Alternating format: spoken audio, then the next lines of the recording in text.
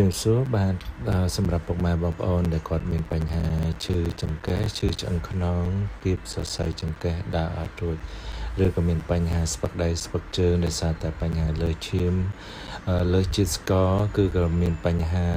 វិកមុខវិកមាត់ស្លាប់មួយចំនួនខ្លួនគឺអាចចេញមកព្យាបាលនៅខាងគ្រូពិសិដ្ឋស្ដេចសរសៃបានដែលយើងមានការព្យាបាលដោយការចាប់ចូលជាសាស្ត្រអំតស័យហើយនឹងធ្វើចលនាសាស្ត្ររួមផ្សំជាមួយនឹងសិទ្ធិបរិញ្ញសម្រាប់ព្យាបាលពុកម៉ែបងប្អូនឲ្យឆាប់ជាសះស្បើយសម្រាប់ទីតាំងលោកគ្រូពិសិដ្ឋស្ដេចសរសៃគឺយើងមានទីតាំងនៅទៅមុខផ្សារហេងលីលេខទូរស័ព្ទទំនាក់ទំនងគឺ014 615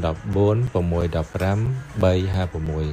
014 615 356អរគុណសម្រាប់ការ share និងចែករំលែកដល់អ្នកគ្នាជាពិសេសពុកម៉ែបងប្អូនដែលគាត់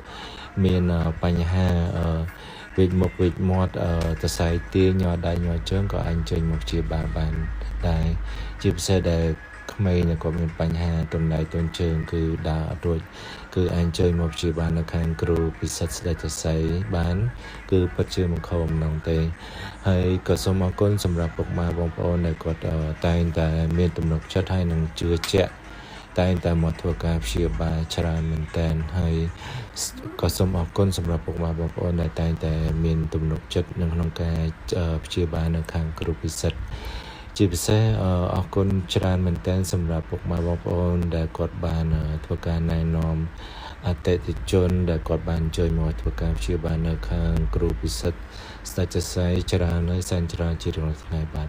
សូមអរគុណសូមជម្រាបលាជួបគ្នានៅពេលក្រោយ